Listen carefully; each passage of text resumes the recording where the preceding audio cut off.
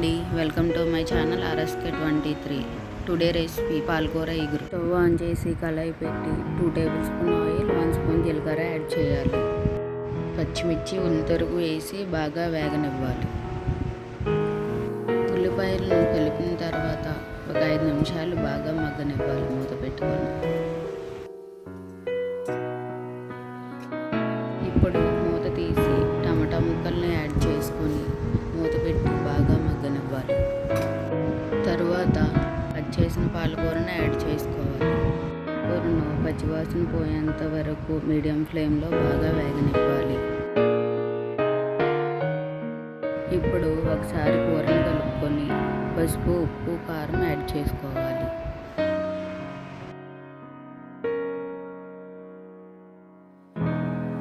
ఇప్పుడు కూరను బాగా కలిపి మరో 5 నిమిషాలు మగ్గనివ్వాలి మీడియం ఫ్లేమ్లో. కూర దగ్గరికి పడిన తర్వాత స్టవ్ ఆఫ్ చేసి సర్వింగ్ బౌల్లోకి తీసుకోండి. Thanks for watching.